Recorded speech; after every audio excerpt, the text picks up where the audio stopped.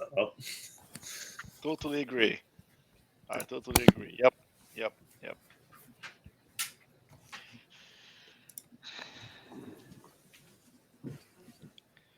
All right, then we should be starting soon.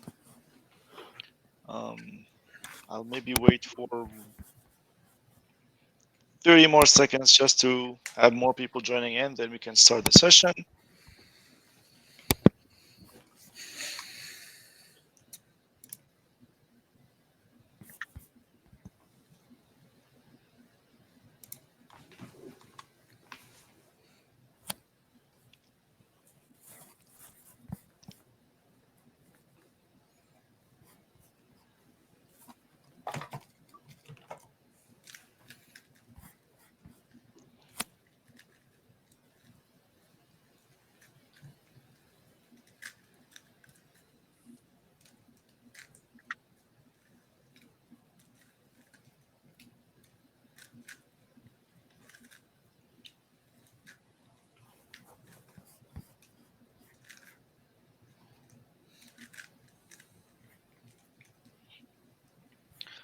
All right, let's start.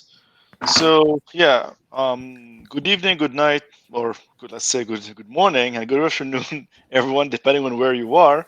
Yeah, we have some presenters which are perhaps here at 9 p.m., some others that are 4 a.m. in the morning. So that's yeah. Hey, Matthew, thank you for your commitment to present.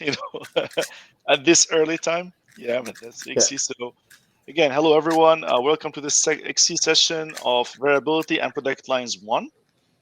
Just keep in mind that we will have presentations of 5 minutes each. Then we'll have questions at the end. Feel free to write your questions on the chat or wait until the presentations are over. And we definitely should have plenty of time for questions, which is about 40 minutes. So the presenters will have to present for 5 minutes, but I would not be too much worried if we take longer than that because we have only 3 presentations for the session. So with that being said, we can start with our first presentation. So Mathieu, I think we see your presentation backwards. Yeah. Um, Screen now? for me, it is loading. Okay. I Yeah, make now this. it's perfect. Yeah, Okay. you I can hope the proceed. bandwidth will be okay. Perhaps I will deactivate my camera if needed. Let's see. Okay. So should I start? Yes, please. Okay. Okay. So thank you everyone for being here for this paper, Transfer Learning Across Variants and Versions, with my co-authors that are here, published at Transaction of Software Engineering. So this paper is about specifically Linux, but I think the idea applies to many configurable systems. And the challenge is to predict the properties of configuration. So for the Linux kernel, you have plenty of options, there are thousands, that you can activate or deactivate. And out of this configuration, you can build a kernel, right? And so Mathieu, sorry to there, interrupt you. I'm sorry to yeah, interrupt you, but we cannot see your slides. okay, strange.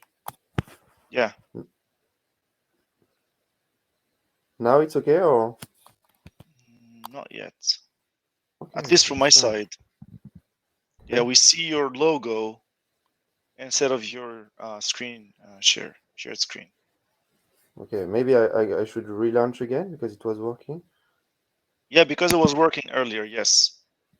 Okay, so let's try again. Sorry, don't know No, why. it's fine.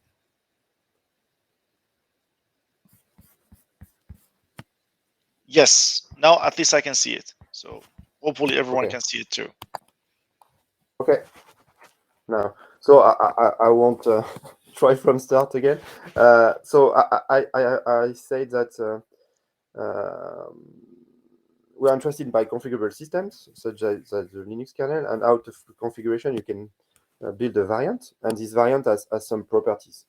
So, for instance, the kernel has a binary size property, and the first challenge we are tackling is to predict a quantitative property, which is here binary size, out of a configuration. So you give a .config with options value, and you try to predict what could be the binary size without actually building it, right? So you can do it for one version. It's pretty hard because the configuration space of Linux is very huge. It has never been done at this scale. And then you can wonder, okay, I have built a prediction model. What about the new version that has been released? Let's say 3 hours later. Does my prediction model is still accurate, or can I basically reuse it? And the specificity of Linux is that it evolves a lot. Specifically, there are some options that are added and removed. Not to say that millions of files are modified by many contributors. So that's the challenge we tackle, how to build prediction models that can be hopefully reused across time. So variability in space and variability in time at the scale of Linux. The first thing we did is to build a prediction model for version 4.13. It was in 2017, and we got 6% of accuracy with a huge training set with thousands of configuration that we have to build. And then we try to apply this prediction model, let's say 3 years later, and the accuracy quickly decreases. So basically, you cannot reuse a prediction model like that. There is a rapid degradation, as you can see on the figure. And it's really due to the huge evolution of Linux. So we should do something, right? And our idea is to adapt techniques called transfer learning, when the idea is to basically reuse what you have done on a specific task to another. And the specificity of our problem, in addition to the scale of Linux, is the fact that it's an heterogeneous feature learning problem, because the feature space differs. You have some options that have been added and removed. So we propose teams for transfer, evolution, aware model shifting, when the idea is to first you train a source model in a given version, then you align the feature space, and then you try to learn the transfer function that goes from one version to the other. And so Teams is compositional. You can have more insights on the paper, and it's also effective in the sense that it beats a naive reuse of prediction model, of course, and it also beats learning from scratch. It means that instead of learning out of nothing, we can adapt the prediction model and learn the transfer function and quickly have good accuracy. So with a new budget of 1,000 configuration, for instance, we can get, let's say, around 10% of accuracy. So of course a small degradation, but if you increase the budget, you get back to your original accuracy. And especially you're beating the baseline of learning from scratch, because learning from scratch has no past knowledge of the prediction model. And the transfer function is not straightforward, so a linear shift is not efficient at all. You need more complex one, more details in the paper. So that's it. I think I get it in 5 minutes. This slide summarize what I say. We tackle the problem of variability in space and time at the scale of Linux. I think the first large-scale study on this subject. And we show that there is a rapid degradation, and so you have to do something, and we propose teams for resolving the problem of heterogeneous transfer learning, and we prove that we can reach similar accuracy 3 years later on different versions of Linux. Thank you for your attention. Thank you, Mathieu. Good presentation. Now we can go to our next speaker.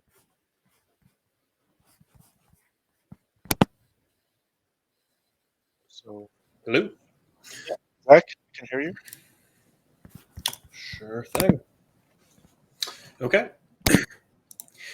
So I'm Zach Patterson. I'll be presenting Sugar C, scalable desugaring of real-world preprocessor usage into pure C. And this work was done along with Zeno Zhang and under the advice of Dr. Wei, and then in collaboration with Brent Pappas and Dr. Gazillo from the University of Central Florida. So software product lines make very heavy use of the C preprocessor.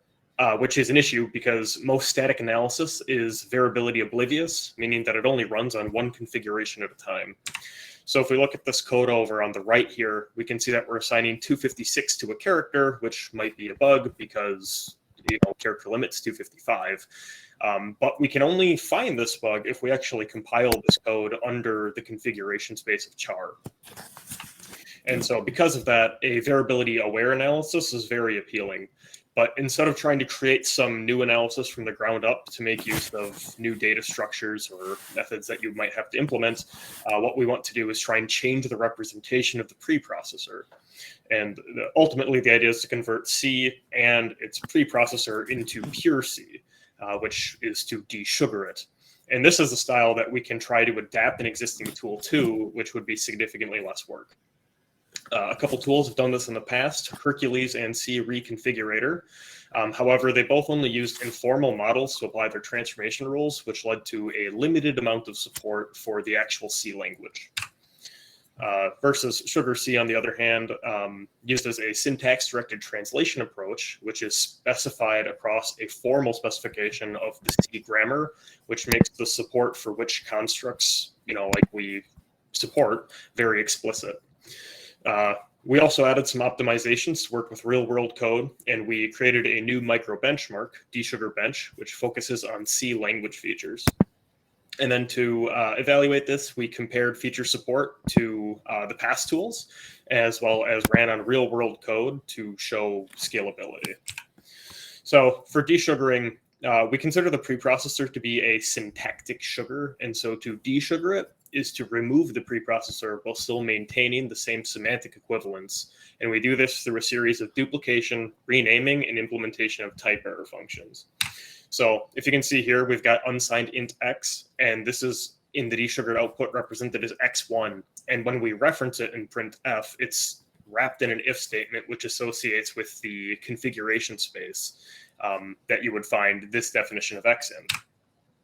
And then for char, you see x2 and the same thing. And then in the case where we have a multiple definition of x or no definition of x, the reference results in a type error function, which we implement here. So for our optimizations, we combined all of the fields of the possible struct definitions and put them into one, which led to some interesting results for size of, flexible arrays, and initializations of structs, as well as we had to do some interesting work to make use of forward references with structs. And there's a lot more details on these in the paper, which I encourage you to go read. So to evaluate this, we really asked two questions. Does Sugar C support more features than existing desugarers? And can Sugar C actually desugar a real-world program? So going back to desugar bench, our micro benchmark that we created, it's made up of 108 C files, all with configurations, and these are put into 12 different language feature categories. And our primary metric that we're looking for is, does the desugared output have the same semantic equivalence as the original file? And so this table tells really the whole story. A green cell is a cell that is a feature that is fully supported, orange is partially supported, and red is not supported at all. The number on the left is how many files passed, and the number on the right is how many files either didn't compile or weren't semantically equivalent. And then on the very right on the totals, you can see Sugar C supports 97 of the 108, C Reconfigurator 32, and Hercules 73. So yes, Sugar C did support more features than Hercules or C Reconfigurator. For running on real-world code, we ran Sugar C on AXTLS, Toybox, and BusyBox, which we chose for their large number of configuration options and the number of files that they have. And our metric was, can Sugar C process this and then produce an executable output within an hour? And the answer is yes. We support everything in AXTLS and Toybox in 516 of the 565 in BusyBox. Ultimately, we present the Sugar C, which uses a novel syntax-directed translation approach to desugaring, and we perform type checking and parsing simultaneously, as well as introducing some optimizations for real-world code. We outperformed previous work, and we showed that it is scalable enough to work on real-world code. Thank you. Thank you, Zach. You were on time. Perfect. So I have not heard back from the third speaker, but call for third presentations, third presenters. Um, yeah, I haven't heard back from them. So I'm not sure whether they'll be here to present, which I believe it's not for now. So that makes us finish our couple of presentations today. If they join, then we can have them present. Otherwise, we can start with the questions. So at this stage, we can have any questions from the audience.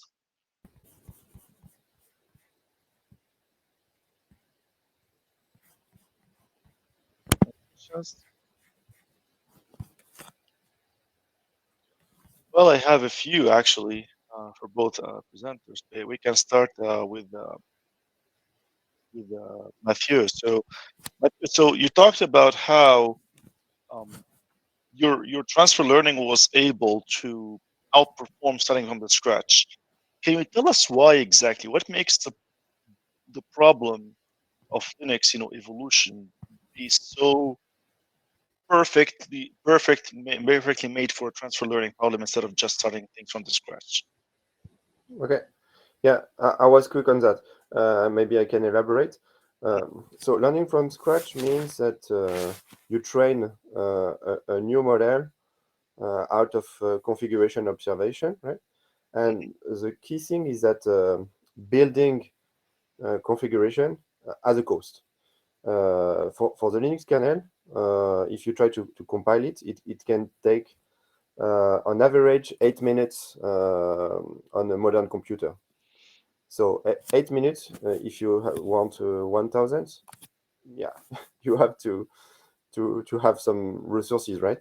So 10,000 can take days, even if you have a cluster of machines. So it's really a matter of budget, of cost, and I would say the specificity of Linux is that building a kernel is a lot of resources. So I say 8 minutes on average. It can be, in fact, 1 hour if you activate basically all options, or a few seconds if you build the teeny one. But on average, still 8 minutes. So yeah, the basic motivation is this: is the cost, and specifically if you think if every time, if at every release you need to invest such a budget, yeah, it won't be practical. So why not reusing a prediction model? And if it works, it's more effective, right? More cost effective. Okay, so the main idea is that in theory, in practice, to be more precise, this is going to be a very expensive procedure, and therefore transfer learning would be a way to deal with the cost. Okay, I Yeah. see. That makes sense. So that's the idea, Ben. So how we can Yeah. leverage previous. Okay. Yeah, exactly. Mhm. So, and there Yeah. are many transfer learning world in the AI community, for instance. They learn, they pre-train a language model out of English, let's say, and they transfer it to Arabic, Chinese, or French. To a And specific problem, to a specific yeah, domain. Yeah.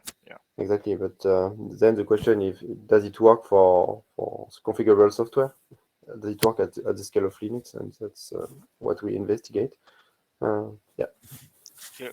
Maybe a similar observation that I have seen also in Zach's presentation, where he was mentioning a limit of 1 hour, right? So Zach, what's the motive? What's the reason behind that choice? Why you are deciding that you should run this in 1 hour? For 1 hour. So typically we saw one of two things.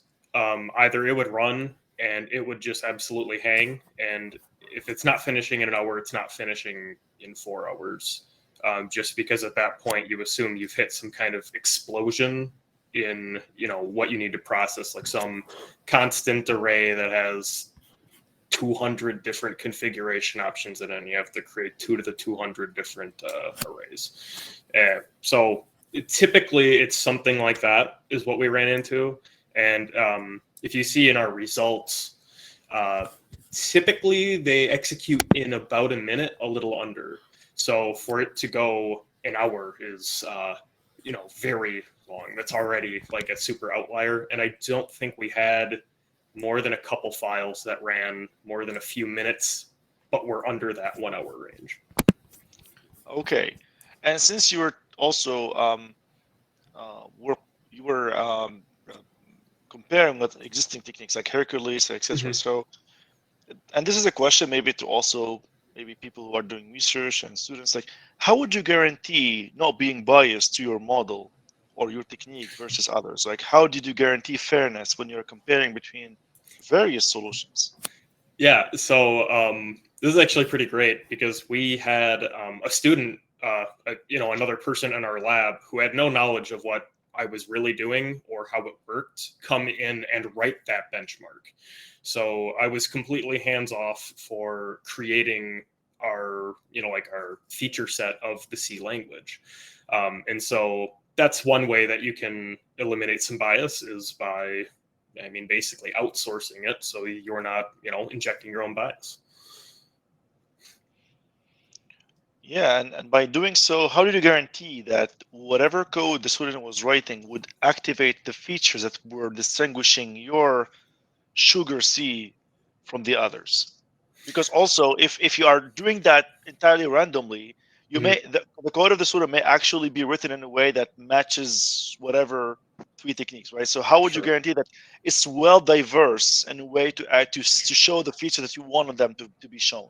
So while he did write code samples, all of the code came from like an extremely large list of test files that we ran into in real world code.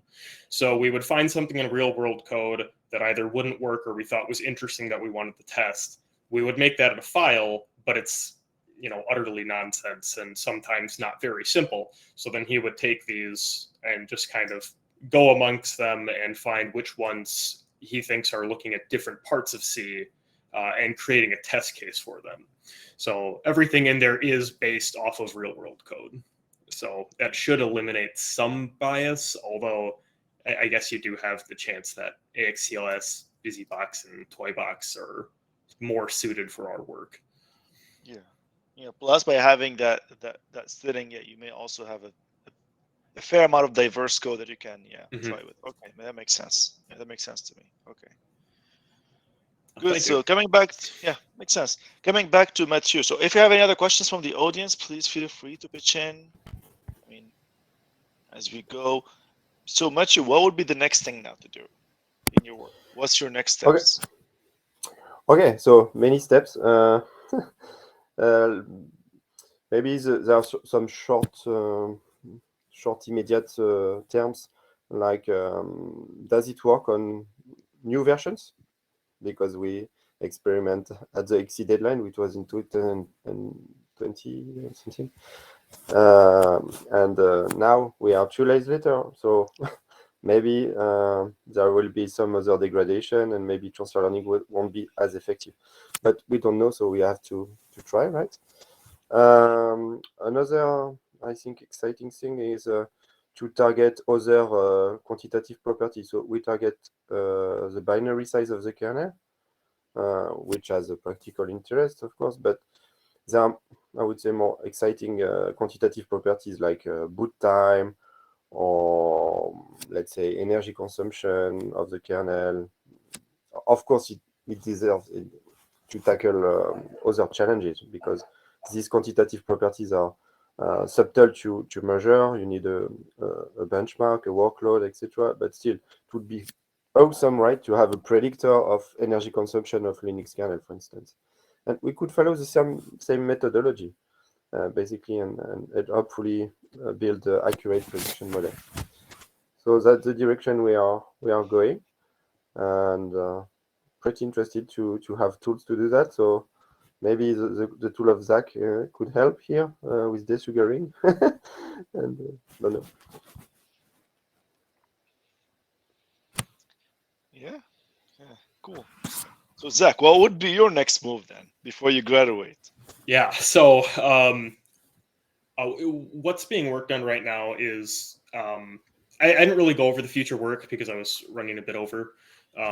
as it was, which I guess in hindsight probably doesn't matter considering how much time we have to discuss here. But what's next is we want to create a framework so that we can take some variability oblivious analysis and actually, apply it through this intermediate desugared output, and then make a form of variability aware analysis. And we're doing that through, we're taking the input, we're running the tools on it, we're trying to eliminate what kind of false positives are created through like checking infeasible paths and such, and then what configurations are associated with them, and pairing the warnings or the alarms that we're getting from tools, and then seeing if we can find them using the configuration options that we are claiming we find. I see. So actually, when I was looking at your paper, you were showing an example of a while loop transformation and then also some declarations. So I was wondering why you have chosen those examples. Are they because they are complex, or because they're trivial, or because they're popular? It's mostly because they're simple. A while loop is nice because you have just like a token, like syntax of the word while. You have an expression in it, and then it also contains a statement. So you kind of get three different little aspects all in one, which makes it a good example. Same as a if statement or anything else for that matter, but there is no else or anything that you need to worry about. So it's a little more simple. Okay, so when you were talking about false positives, so what were, if you can give us more examples from maybe the very first ones that you experienced, and how did you fix them? So for the warnings, for the false positive warnings that you get, so mostly there's just like a ton of them, because it'll be, so something that could be that could exist was like you have a pointer that only conditionally exists, and you allocate it space at the start of the code. And then later at the end of the code, depending on your condition, you, if this exists, you free it, and then you return. But so what's going to happen is you're going to have two like returns. One of them is going to be associated with this free statement. It's going to be if whatever, and then free, and then return. And the other one's just going to be return. And then it's going to say, hey, you have a path here where you're returning without freeing your allocated space. That's a memory leak. But it's not a memory leak because this variable is only associated with this condition. And so to go into a different condition where it's never been defined in the original code would be a false positive. Okay. Yeah, thank you. Makes sense. Yeah. Okay, I have another question for Matthew, and which is perhaps it triggered me since always, for not only for your problem but for many other problems. And let me ask you this for your case: how will you decide whether a prediction is no longer good enough and needs to be revamped using transfer learning? How do you make that call? Okay, yeah, for a very good question. So doing that a posteriori, like you're testing on some data set, is the most straightforward way. But yeah, it's a bit sad, right, to do that a posteriori because you need some data and so on. There are some works on comparing distribution, like detecting distribution shift or out of distribution. Perhaps you can infuse some domain knowledge because you know that for this version, there are severe refactoring, let's say. But it's a bit informal. So at the end of the day, you will have to test. So I would say that you need to test on a small sample to see if there is a degradation in accuracy. You have some indicators, and then use your domain knowledge to confirm your intuition and then dig into to fix the issue. But it's quite hard to know a priori, really. Yeah. So maybe a follow-up question to this, and you may, I don't know whether you have done this deep of qualitative analysis to maybe figure this out or not, but I may have this question just in case. Have you figured out what would be disturbing your model's prediction the most? Is it like kind of adding features or adding or fixing bugs or refactoring, or is it lines of code? What exactly would disturb your model a lot to the level of having worse prediction? Yeah, excellent question. So in fact, in the TSE article, we report on the importance of features regarding prediction, and this importance varies across evolution.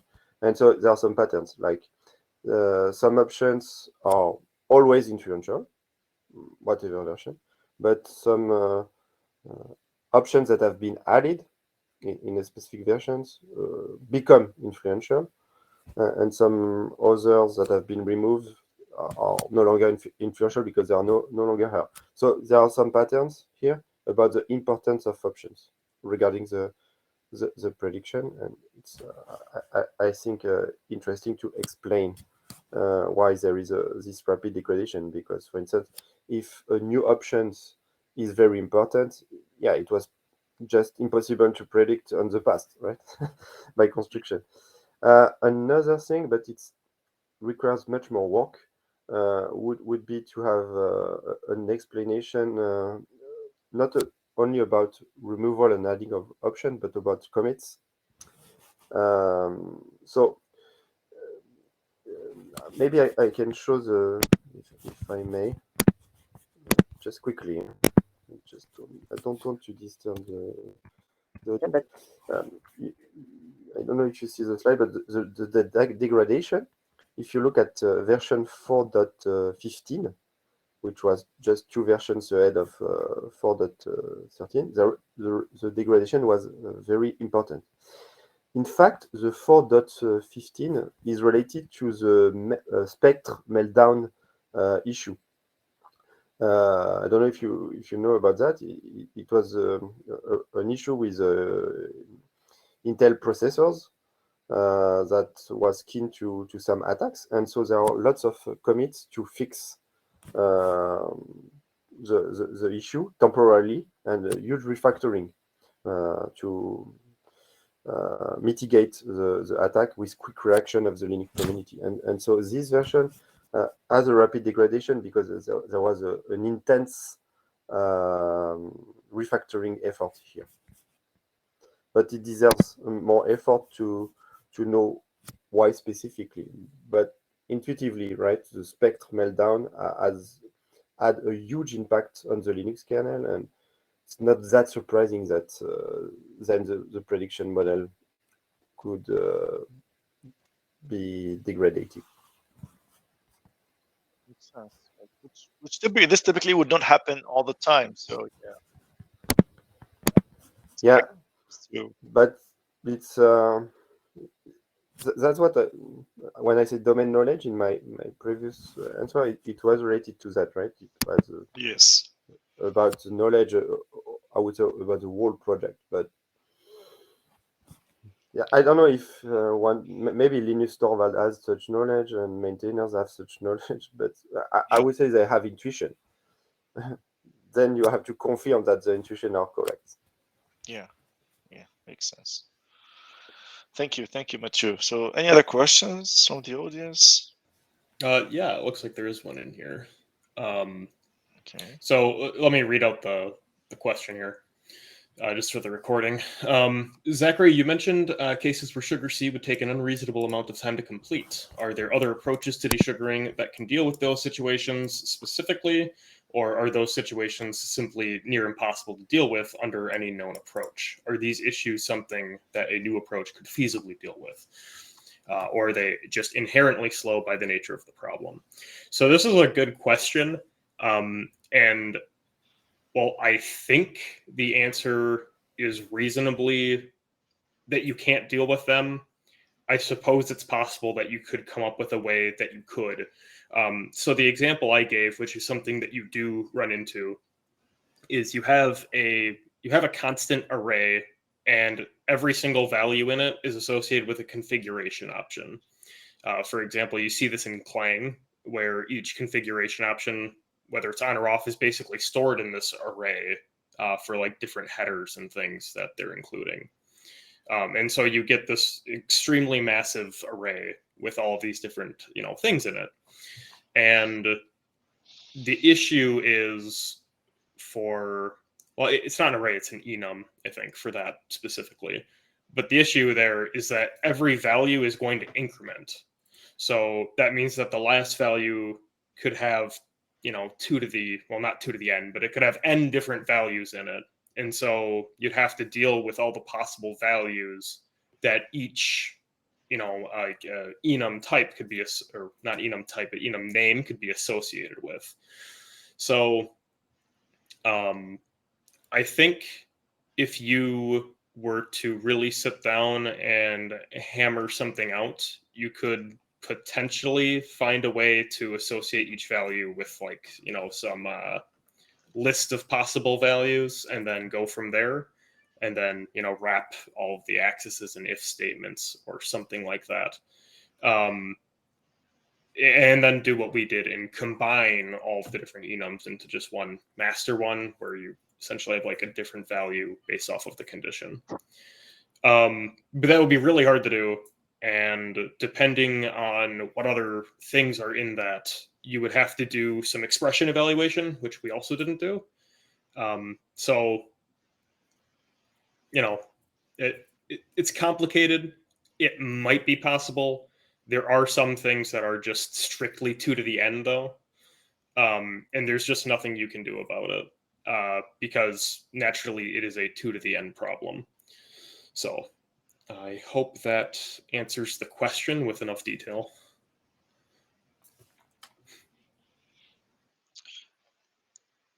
Yeah, thank you, Zach. And any other questions? If not, then perhaps we should be thankful to the presenters, and it's already 4:36 a.m. in France, so I guess we should No problem. perhaps. But actually, may I ask a question to Zach? Of course, yeah, of course. I'm part of the audience. Yeah, sure. I mean, yeah, of course. Yeah, no problem. So yeah, Zach, I was wondering, have you tried to use SugarC on Linux kernel? So we ran. So this is based off of Super C, and Super C was run on the Linux kernel. And so I believe we did do some testing early in the process on the Linux kernel, but it becomes complicated when you start talking about standard libraries and all of that kind of access, which is something I didn't touch on in this little 5-minute short preview with like a system configuration. We'd have to go into it and like make some system configuration for it, and we didn't get around to that. So it probably could run on the Linux kernel, but we haven't tested it. Okay, no problem. And another question is, did you find configuration bugs using SugarC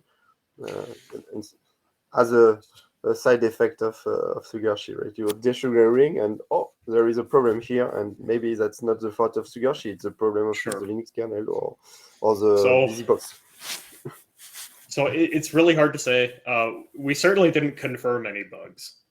But so part of the reason we incorporate type errors alongside the normal code is so that you can explore a very large configuration space, without any need to like break it into different segments by something in the middle that might be broken. So if you look at the actual output, there's tons of like static type errors and stuff like that. And it could be possible that there are configurations that we like explored that produce an error that's like currently unknown, but we didn't like manually check the files because the outputs are so large. it would be too hard to do that by hand. So we weren't able to confirm anything, but it's possible that there are some errors sitting in there that have not been discovered. Okay. Yeah. Thanks. Thank you. Thanks for your work generally. Awesome. Yes. Thank you. I appreciate it.